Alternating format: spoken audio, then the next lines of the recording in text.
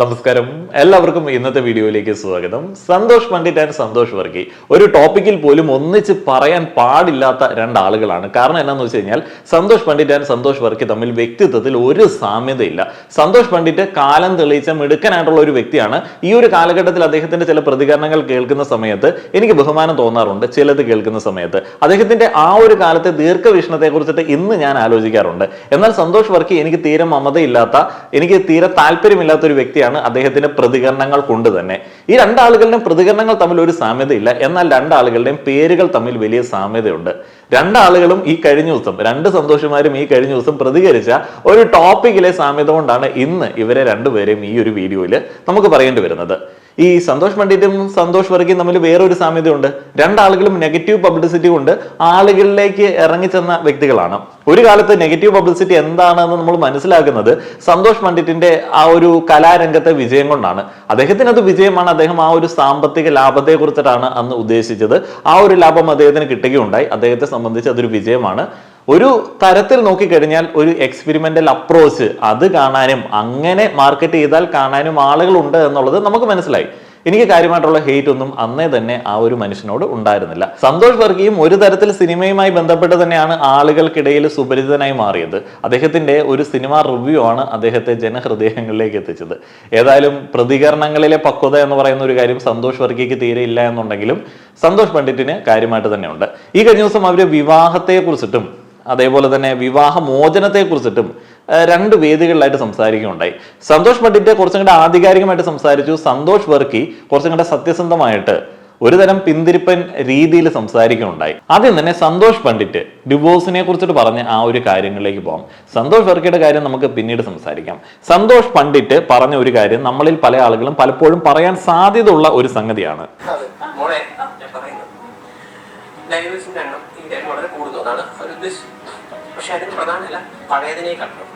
നമ്മൾ എന്ത് കാര്യം പറയുമ്പോൾ എന്താണ് മുമ്പ് നടന്നതെന്ന് പറയാം. ഇന്ത്യയെ സംബന്ധിച്ചിടത്തോളം 1000 കല്യാണം നടക്കുമ്പോൾ 13 ദിവസം നടക്കുന്നുണ്ടോ? അല്ല, ഇപ്പോഴും വലിയ ഓൾ ഇന്ത്യയാണ്. പക്ഷെ കേരളത്തിൽ സ്ട്രൈക്ക് റേറ്റ് വളരെ കൂടി ഇങ്ങനെ വളരെ കൂടും. 2-3 കാര്യം. ഒന്ന്, പഴയ സ്ത്രീകളെ സംബന്ധിച്ചിടത്തോളം അവർക്ക് വിദ്യാഭ്യാസവും അത്ര ഇല്ലാത്തത് കൊണ്ട് ഭർത്താവ് കൊണ്ടുവരുന്ന തന്നെ വേണം. ഇപ്പൊ ഭർത്താവിനെ കുറച്ച് കടിച്ചു പിടിച്ച രക്ഷ വേറെ ഗതികേട് കൊണ്ട് പല സ്ത്രീകളും ഭർത്താവിനെ സഹിക്കുന്നു.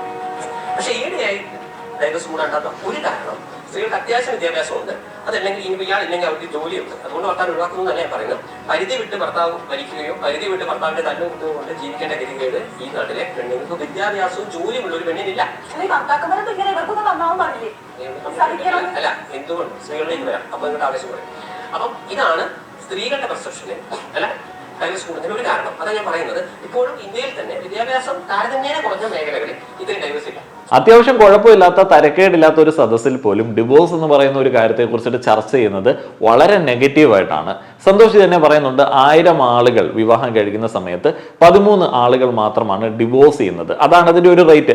ഞാനും അതിനെ കുറിച്ചിട്ട് ഒരു ആർട്ടിക്കിളിൽ വായിച്ചിരുന്നു. ഞാനതിന്റെ സ്ക്രീൻഷോട്ട് ഇവിടെ നൽകാം. അതൊരു കറക്റ്റ് ആയിട്ടുള്ള കണക്കാണ്. നമ്മൾ ഇത്രയധികം ഡിവോഴ്സിനെ കുറിച്ചിട്ട് നെഗറ്റീവായിട്ട് സംസാരിക്കേണ്ട ഒരു സംഗതിയൊന്നുമില്ല.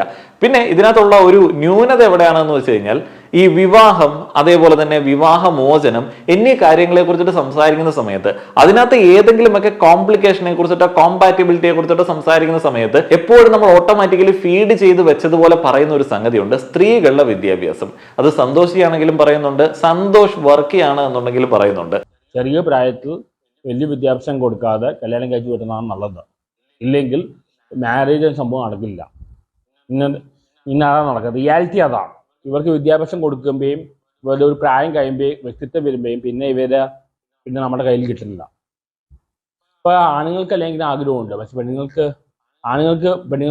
കിട്ടുന്നില്ല. കാരണം പെണ്ണുങ്ങൾക്ക് കല്യാണം വേണ്ട. അതൊരു നിങ്ങളിപ്പോൾ എന്നോട് പറയും ഞാൻ എഡ്യൂക്കേറ്റഡാണ്, ഞാൻ പ്രോഗ്രസീവ് തിങ്കിങ് ഇല്ല, ഒരു മെയിൽ ഷോവനിസ്റ്റ്, അങ്ങനെയൊന്നല്ല. റിയാലിറ്റിയിൽ അതാണ്. Once they become financially independent പിന്നെ അവർ ആര് പറയുന്നത് കേൾക്കില്ല. അങ്ങനെ പ്രോബ്ലമുണ്ട്. ഇപ്പം കേരളത്തിൽ 1084 ഫീമെയിൽ ഉള്ളപ്പോൾ 1000 ആണുങ്ങളാണ്. പെണ്ണുങ്ങൾ കൂടുതലാണ്. എന്നാലും ഇപ്പം പെണ്ണുങ്ങളെ കിട്ടാൻ ബുദ്ധിമുട്ടാണ്. ഇതൊരു വളരെ ഡീജനറേറ്റീവ് ടോക്ക് ആയിട്ട് നിങ്ങൾക്ക് തോന്നുന്നു, പ്രോഗ്രസീവ് അല്ല എന്ന് പറയും. പുരുഷന്മാരിൽ പല ആളുകൾക്കും വിവാഹം നടക്കാത്തതിന്റെ പ്രധാനപ്പെട്ട റീസണായി സന്തോഷ് വർക്കി പറയുന്നത് സ്ത്രീകളുടെ വിദ്യാഭ്യാസമാണ്. സ്ത്രീകളുടെ വിദ്യാഭ്യാസമാണോ പ്രധാനപ്പെട്ട റീസൺ? ഈ വിദ്യാഭ്യാസം എന്ന് പറയുന്നത് എല്ലാത്തിന്റെയും സൈഡിൽ സപ്പോർട്ട് ചെയ്യുന്ന ഒരു കുഞ്ഞു സംഗതി മാത്രമാണ്. ഈ സ്ത്രീകളുടെ വിദ്യാഭ്യാസത്തെ കുറിച്ചിട്ടാണ് നമുക്ക് എപ്പോഴും ആദി. അതുകൊണ്ടാണ് ഇതിങ്ങനെ ഓട്ടോമാറ്റിക്കലി എല്ലാ ആൾക്കാരും പറയുന്നത്. പുള്ളി തന്നെ രണ്ട് പ്രധാനപ്പെട്ട കാരണങ്ങളെ കുറിച്ചിട്ട് പറയുന്നുണ്ട്. അതാണ് വിവാഹം നടക്കാത്തതിന്റെയും വിവാഹ മോചനത്തിന്റെയും പ്രധാനപ്പെട്ട കാരണങ്ങൾ. പുള്ളി പറയുന്ന ഒരു സംഗതി ഉണ്ട്, നിങ്ങളത് ശ്രദ്ധിച്ചു കഴിഞ്ഞാൽ നിങ്ങൾക്ക് കേൾക്കാനായിട്ട് സാധിക്കും. ഒരു പ്രായം കഴിയുമ്പോൾ വ്യക്തിത്വം വരുമ്പോഴും പിന്നെ നമ്മുടെ കയ്യിൽ കിട്ടുന്നില്ല. വ്യക്തിത്വം രൂപപ്പെട്ടു വരുന്നു. വ്യക്തിത്വമായി കഴിഞ്ഞാൽ പിന്നെ നമുക്ക് പിടിച്ചാൽ കിട്ടത്തില്ല. വിദ്യാഭ്യാസം കൊണ്ടാണ് വ്യക്തിത്വം ഉണ്ടാവുന്നത്. വിദ്യാഭ്യാസം കൊണ്ട് വ്യക്തിത്വം എത്ര ഉണ്ടാവും എന്നുള്ളതിനെ കുറിച്ചിട്ട് നമുക്കറിയാമല്ലോ. വിദ്യാഭ്യാസവും വ്യക്തിത്വത്തെ സ്വാധീനിക്കുന്ന ഒരു ഘടകമാണ് എന്നുണ്ടെങ്കിലും വ്യക്തിത്വം എന്ന് പറയുന്നത് ഏറ്റവും കൂടുതൽ ഉണ്ടാവുന്നത് നല്ല മെച്ചപ്പെട്ട ഹെൽത്തി ആയിട്ടുള്ള സാമൂഹിക അന്തരീക്ഷം കൊണ്ടാണ്, കുടുംബ ബാക്ക്ഗ്രൗണ്ട് കൊണ്ടാണ്. അങ്ങനെ സമൂഹം മാറുന്ന സമയത്ത്, കുടുംബ അന്തരീക്ഷം മാറുന്ന സമയത്ത്, വ്യക്തികൾക്ക് കൂടുതൽ പ്രാധാന്യം ഉണ്ടാവുന്ന സമയത്ത് പഴയതുപോലെ ഒന്നും ഈ വിവാഹം പോലെയുള്ള ഡിസിഷൻ ഈസി ആയിട്ട് പല ആളുകളും എടുക്കില്ല നമ്മളുടെ സാമൂഹിക സാഹചര്യത്തിൽ. അടുത്തത് ഫിനാൻഷ്യൽ ഇൻഡിപെൻഡൻസ്. സന്തോഷ് വർക്കി തന്നെ പറയുന്നുണ്ട്, സ്ത്രീകൾ വിദ്യാഭ്യാസം നേടി ജോലിയൊക്കെ നേടി പണം സമ്പാദിച്ചു കഴിഞ്ഞാൽ, അവർ ഇൻഡിപെൻഡന്റ് ആയി കഴിഞ്ഞാൽ നമുക്ക് അവരെ പിടിച്ചാൽ കിട്ടില്ല. അതാണ് പുള്ളിയുടെ ഭാഷ്യം. ഫിനാൻഷ്യൽ ഇൻഡിപെൻഡൻസ് നമ്മൾ വളരെ സിമ്പിൾ ആയിട്ട് പറഞ്ഞു. എന്നാൽ സാമ്പത്തിക സ്വാതന്ത്ര്യം അത്ര സിമ്പിൾ ആയിട്ട് നേടിയെടുക്കാൻ പറ്റുന്ന സംഗതിയാണോ? അല്ല എന്നുള്ളത് നമുക്കറിയാം. അതിനുവേണ്ടി നമ്മൾ ചില വഴികളൊക്കെ നോക്കാറുണ്ട്. മ്യൂച്വൽ ഫണ്ട് ഇൻവെസ്റ്റ്മെന്റുകൾ, നല്ല നല്ല സ്റ്റോക്കുകളിലുള്ള ലോങ് ടൈം ഇൻവെസ്റ്റ്മെന്റുകൾ, ട്രേഡിംഗ് പരിപാടികൾ, എന്തൊക്കെയാണെങ്കിലും നിങ്ങൾക്ക് ഒരു ഡിമാറ്റ് അക്കൗണ്ട് കൂടിയേ തീരത്തുള്ളൂ ഇത്തരത്തിലുള്ള പരിപാടികൾക്ക്. അതുകൊണ്ട് നിങ്ങൾക്ക് നല്ലൊരു ഡിമാറ്റ് അക്കൗണ്ടിനെ ഞാൻ പരിചയപ്പെടുത്തുകയാണ്. ഫിൻവേഷ്യയുടെ ശൂന്യ. ഇവിടെ പലതും സീറോ ആണ്. ശൂന്യ എന്ന പേര് സൂചിപ്പിക്കുന്നത് പോലെ തന്നെ zero account opening charges, zero account maintenance charges, zero clearance charges, zero call and trade, zero minimum balance, zero volume commitment. NSE, BSE, MCX, NCDX പോലുള്ള എല്ലാ എക്സ്ചേഞ്ചുകളിലും നിങ്ങൾക്ക് ഈ ഒരു സേവനങ്ങൾ ആസ്വദിക്കാൻ സാധിക്കും.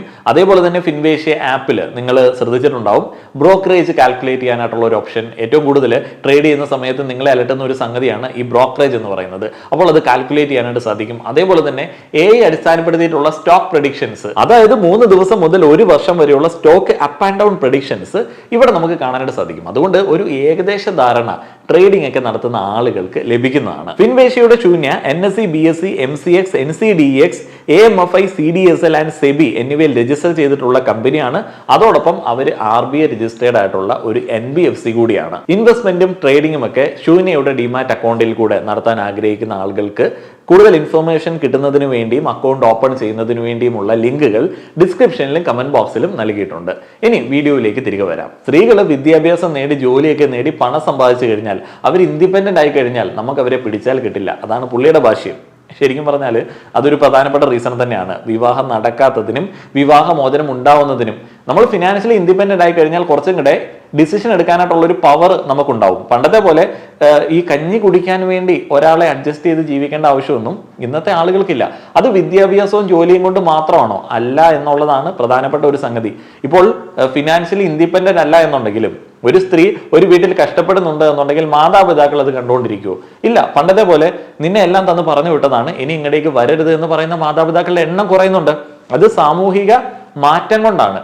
അപ്പോൾ അവർക്ക് ഫിനാൻഷ്യലി സപ്പോർട്ട് കൊടുക്കാനായിട്ട് ചുറ്റുപാടും ആളുകളുണ്ട്. അതും ഇതിന്റെ കൂടെ തന്നെ ചേർത്ത് വായിക്കണം. അവിടെയും ഈ വിദ്യാഭ്യാസം എന്ന് പറയുന്ന ഒരു കാര്യം കണക്ട് ചെയ്യേണ്ട ആവശ്യമില്ല. ഇപ്പോൾ വലിയ വിദ്യാഭ്യാസം ഇല്ലാത്ത ആളുകൾക്ക് ചെയ്യാൻ പറ്റുന്ന ഇഷ്ടം പോലെ ജോലിയും കാര്യങ്ങളൊക്കെ ഉണ്ട്. സ്ത്രീകളുടെ വിദ്യാഭ്യാസവും വിവാഹമോചനവും തമ്മിൽ എന്തെങ്കിലും കാര്യമായിട്ടുള്ള കണക്ഷൻ ഉണ്ടോ എന്നറിയാൻ വീണ്ടും ഒരു സെർച്ച് നടത്തിയ സമയത്ത് എന്റെ മുന്നിലേക്ക് വന്ന മറ്റൊരു സ്റ്റഡി ഉണ്ടായിരുന്നു. അത് national center for family and marriage റിസർച്ചിന്റെ ആണ്. അത് US-ലെയാണ്. അപ്പോൾ അവിടെ അവർ നടത്തിയ പഠനത്തിൽ മനസ്സിലായ ഒരു സംഗതി, 20 വർഷത്തിലധികം വൈവാഹിക ജീവിതം മുന്നോട്ടേക്ക് കൊണ്ടുപോയ ആളുകളിൽ 78% ആളുകളും കോളേജ് ഡിഗ്രി ഉള്ള ആളുകളായിരുന്നു. ഹൈസ്കൂൾ ഡിപ്ലോമ മാത്രമുള്ള ആളുകളിൽ 40% ആളുകൾക്ക് മാത്രമേ ഈ ദൈർഘ്യമേറിയ വൈവാഹിക ജീവിതം മുന്നോട്ടേക്ക് കൊണ്ടുപോകാനായിട്ട് സാധിച്ചിട്ടുള്ളൂ.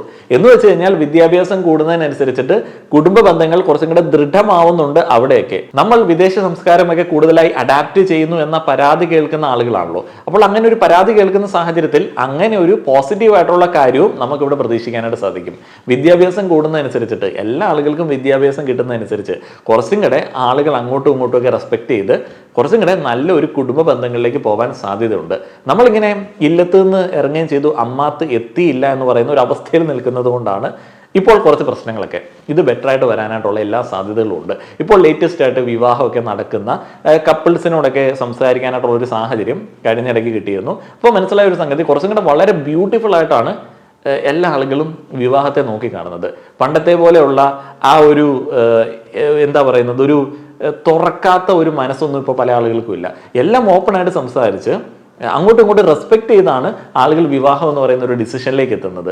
അപ്പോൾ ആ ഒരു രീതിയിലേക്ക് എത്താൻ പറ്റാത്ത ആളുകളുടെ പരാതിയാണ് സന്തോഷ് വർക്കിയിലൂടെയും അതേപോലെ തന്നെ ചില മതവാദികളിലൂടെയൊക്കെ നമുക്ക് കേൾക്കാൻ സാധിക്കുന്നത്. സന്തോഷ് പണ്ഡിറ്റും സന്തോഷ് വർക്കിയും പറയാത്ത ചില കാരണങ്ങളുണ്ട് വിവാഹ മോചനത്തിനും വിവാഹം നടക്കാത്തതിനും. അതിലേക്ക് പെട്ടെന്നൊന്ന് ഓടിച്ചു പോവുകയാണെന്നുണ്ടെങ്കിൽ ഒന്നാമത്തേത് ചേഞ്ചിങ് സോഷ്യൽ നോംസ് ആണ്. ഞാൻ മുന്നേ പറഞ്ഞ ആളുകൾ മൊത്തത്തിൽ മാറുന്നുണ്ട്. അപ്പോൾ മൊത്തത്തിൽ മാറുന്ന സമയത്ത് വ്യക്തിത്വത്തിന് കൂടുതൽ പ്രാധാന്യം കിട്ടുന്നുണ്ട്. കുറച്ചും കൂടെ ആളുകൾ അക്സെപ്റ്റ് ചെയ്യുന്നുണ്ട് മറ്റുള്ള ആളുകളെ. അതുകൊണ്ട് എല്ലാത്തിനും ഒരു അക്സെപ്റ്റൻസ് ഉണ്ട്. ഗ്രേറ്റർ അക്സെപ്റ്റൻസ് ഓഫ് ഡിവോഴ്സ് എന്നുള്ളതാണ് പ്രധാനപ്പെട്ട ഒരു കാര്യം.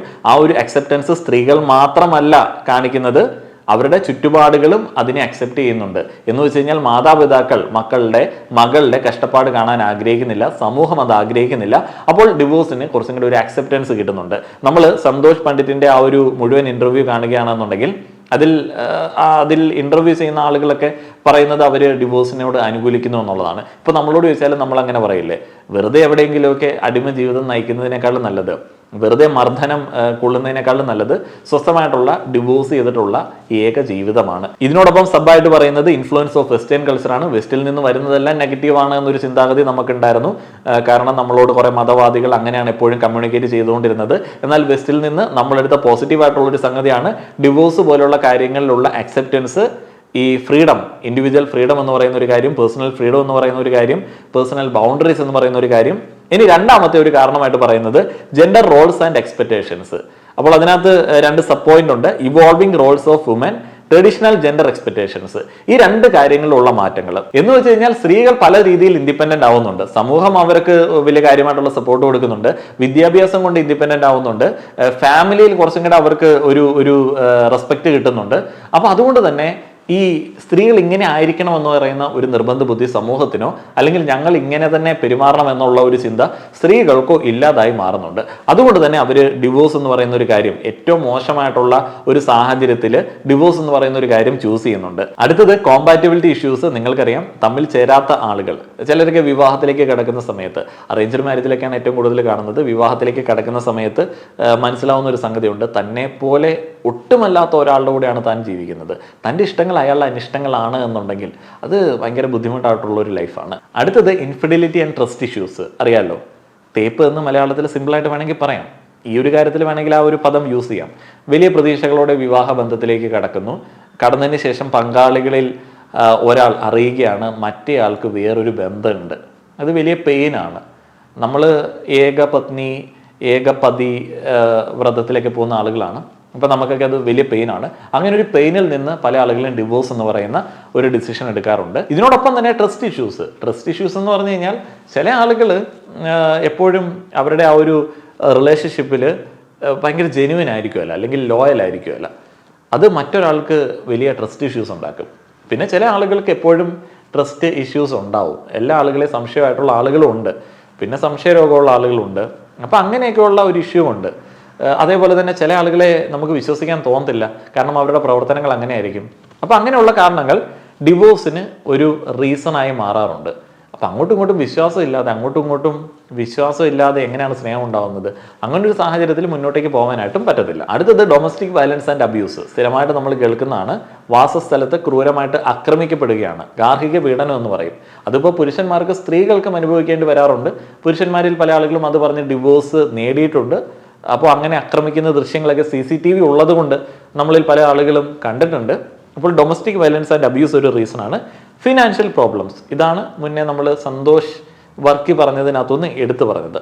Economic stress, financial independence of woman. അടുത്തത് ഇന്റർഫിയറൻസ് ഫ്രം എക്സ്റ്റെൻഡഡ് ഫാമിലി. എന്ന് വെച്ച് കഴിഞ്ഞാൽ ഇന്ത്യൻ ഫാമിലി സിസ്റ്റത്തിൽ ഇപ്പോൾ ഭാര്യ ഭർത്താവ് മാത്രമല്ലല്ലോ, മക്കൾ മാത്രമല്ലല്ലോ, കുറേ ആൾക്കാരുണ്ടാവും. അതിപ്പം അച്ഛനമ്മ മാത്രമല്ല, അവരുടെ കൂട്ടത്തിലുള്ള ആളുകൾ, നാത്തൂൻ, അതേപോലെ തന്നെ ഭർത്താവിൻ്റെ വീട്ടുകാർ, ഭാര്യയുടെ വീട്ടുകാർ, ഒത്തിരി അധികം ആളുകളുണ്ടാവും. അപ്പോൾ ഇവരുടെയൊക്കെ ഒരു ഇൻഫ്ലുവൻസ് കൊണ്ടും പലപ്പോഴും കുടുംബജീവിതത്തിൽ കുറേയധികം പ്രശ്നങ്ങളുണ്ടാവും. അപ്പോൾ ഈ ഒരു പ്രഷറിൽ നിന്നും പല ആളുകളും ഡിവോഴ്സ് എന്ന് പറയുന്ന ഒരു കാര്യത്തിലേക്ക് വരാറുണ്ട്. പിന്നീട് സെക്ഷൽ കോമ്പാറ്റബിലിറ്റി ഇല്ലാതിരിക്കുക. രണ്ടാളുകളും വ്യത്യസ്തമായിട്ടുള്ള രീതിയിൽ ലൈംഗികതയെ നോക്കിക്കാണുന്ന ആളുകളാണ് എന്നുണ്ടെങ്കിൽ, രണ്ടാളുകൾക്കും തമ്മിൽ അത്തരത്തിലുള്ള കാര്യങ്ങൾ പങ്കിടാനായിട്ടുള്ള ബുദ്ധിമുട്ടുണ്ട് എന്നുണ്ടെങ്കിൽ അതും ഡിവോഴ്സിലേക്ക് നയിക്കപ്പെടാറുണ്ട്. നമ്മളിൽ പല ആളുകളും ഈ ഡിവോഴ്സ്, വിവാഹം നടക്കാത്ത കാര്യം എന്നീ കാര്യങ്ങളെക്കുറിച്ചിട്ട് സംസാരിക്കുന്ന സമയത്ത് സ്ത്രീകളുടെ വിദ്യാഭ്യാസം എന്നുള്ള ഒരൊറ്റ കാര്യം പറഞ്ഞ് ആ ഒരു ചർച്ചയെ മുന്നോട്ടേക്ക് കൊണ്ടുപോകുന്ന ഒരു രീതിയുണ്ട്. അപ്പോൾ അതാണ് നമുക്ക് ഈ സന്തോഷ്മാരുടെ ആ ഒരു പ്രതികരണത്തിൽ നിന്നിട്ട് കേൾക്കാനായിട്ട് സാധിച്ചത്. അപ്പോൾ അതല്ല റീസൺ. അങ്ങനെ നമ്മൾ അതിനെക്കുറിച്ചിട്ട് ചർച്ച ചെയ്യുന്നുണ്ട് എന്നുണ്ടെങ്കിൽ അതും ഒരു പ്രശ്നമാണ്.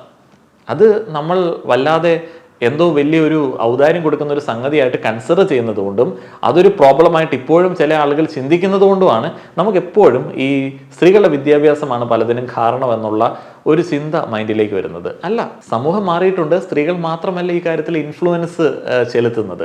ഇപ്പോൾ നിങ്ങളുടെ വേണ്ടപ്പെട്ട ആളുകൾ, നിങ്ങൾ പുരുഷന്മാരാണ്, നിങ്ങളുടെ വേണ്ടപ്പെട്ട ആളുകൾ, പെങ്ങളോ അല്ലെങ്കിൽ സ്ത്രീ സുഹൃത്തുക്കളോ ഒക്കെ ഇത്തരത്തിലുള്ള ഒരു മോശം വൈവാഹിക ജീവിതത്തിലേക്ക് പോയി കഴിഞ്ഞാൽ നിങ്ങളും ഈ പറയുന്ന ഡിവോഴ്സ് എന്ന് പറയുന്ന ഒരു കാര്യം റെക്കമെൻഡ് ചെയ്യും, അവരെ സപ്പോർട്ട് ചെയ്യും. അത് എന്തുകൊണ്ടാണ്? അവരുടെ വിദ്യാഭ്യാസം കൂടിയതുകൊണ്ടാണോ? അല്ല, നമ്മളെല്ലാവരും മാറി, നമ്മളെല്ലാവരും സപ്പോർട്ട് ചെയ്യാനായിട്ട് റെഡിയാണ്. അപ്പോൾ ഒത്തിരിയധികം കാര്യങ്ങളുണ്ട്. ഇപ്പോൾ ഈ വിദ്യാഭ്യാസം കൂടുന്നതുകൊണ്ടാണോ ഫിനാൻഷ്യൽ ഇൻഡിപെൻഡൻസ് ഉണ്ടാവുന്നത്? വിദ്യാഭ്യാസം ഇല്ലാത്ത ആളുകൾക്കും വിദ്യാഭ്യാസം കുറവുള്ള ആളുകൾക്കും എന്തെങ്കിലും സ്കില്ലുകൾ വെച്ചിട്ട് പണം ഉണ്ടാക്കാനായിട്ടുള്ള സാഹചര്യം ഉണ്ടായിട്ടുണ്ട് ഇന്നത്തെ സാമൂഹിക അവസ്ഥയിൽ. ആ ഒരു സാഹചര്യം ഉണ്ടായിട്ട് അത് ഉപയോഗിക്കാൻ പറ്റുന്നത് എന്തുകൊണ്ടാണ്? കാരണം സ്ത്രീകൾക്കും പുരുഷന്മാർക്കും തൊഴിൽ ചെയ്യാനായിട്ട്, അല്ലെങ്കിൽ ഏത് ജെൻഡറിനും തൊഴിൽ ചെയ്യാനായിട്ട് ഒരു റെസ്ട്രിക്ഷൻസും ഇന്നത്തെ സാമൂഹിക സാഹചര്യത്തിലില്ല. ഇങ്ങനെയുള്ള ഒത്തിരിയധികം കാര്യങ്ങളുണ്ട്. അതുകൊണ്ട് സന്തോഷ് വർക്കി പറയുന്നത് പോലെ നമ്മൾ സ്ത്രീകൾക്ക് വിദ്യാഭ്യാസം കൊടുക്കാതിരുന്നാലും ആൾക്ക് പെണ്ണൊന്നും കിട്ടത്തൊന്നുമില്ല. കാരണം എന്താണെന്ന് വെച്ച് കഴിഞ്ഞാൽ അങ്ങനെ ഒരു വൈവാഹിക ജീവിതം പ്രോത്സാഹിപ്പിക്കപ്പെടുന്ന ഒരു സാമൂഹിക അന്തരീക്ഷമില്ല. സന്തോഷ് വർക്കിയെ പോലെ ചിന്തിക്കുന്ന ആളുകൾക്ക് വിവാഹ ജീവിതം നമ്മൾ ഇവിടെ അധികം പ്രോത്സാഹിപ്പിക്കാറില്ല. അത് സാമൂഹിക മുന്നേറ്റം കൊണ്ടാണ്. അത് സ്ത്രീകളുടെ വിദ്യാഭ്യാസം കൊണ്ട് മാത്രം ഉണ്ടായതല്ല, എല്ലാ ആളുകളുടെ വിദ്യാഭ്യാസം കൊണ്ടുണ്ടായതാണ്. ലോകത്തിൻ്റെ പല കാഴ്ചകൾ പല രീതിയിൽ നമ്മൾ കണ്ടത് കൊണ്ട് ഉണ്ടായതാണ്. അപ്പോൾ സ്ത്രീകളിൽ കുറേയധികം ആളുകൾക്ക് വിദ്യാഭ്യാസം കൊടുക്കാതെ നിങ്ങൾ മാറ്റിവെച്ചാലും അവരുടെ വീട്ടിൽ അല്ലെങ്കിൽ അവരുടെ ചുറ്റുപാടുകളിൽ വിദ്യാഭ്യാസമുള്ള മറ്റ് ജെൻഡേഴ്സ് ഉള്ള ഈ ഒരു കാലഘട്ടത്തിൽ നിങ്ങളുടെ ഈ പറയുന്ന ആവശ്യങ്ങളൊന്നും നടക്കാനായിട്ട് പോകുന്നില്ല എന്നുള്ളത് മനസ്സിലാക്കുക. നിങ്ങളുടെ വിലയേറിയ അഭിപ്രായങ്ങൾ പങ്കുവയ്ക്കുക. മുന്നേ ഞാൻ പറഞ്ഞ ഏറ്റവും ചിലവ് കുറഞ്ഞ ഒരു ട്രേഡിംഗ് പ്ലാറ്റ്ഫോം ഡിമാറ്റ് അക്കൗണ്ട് നിങ്ങൾ നോക്കുന്നുണ്ട് എന്നുണ്ടെങ്കിൽ ഫിൻവേഷ്യയുടെ ശൂന്യ പരിഗണിക്കാവുന്നതാണ്. വീഡിയോ കണ്ട എല്ലാ ആളുകൾക്കും നന്ദി.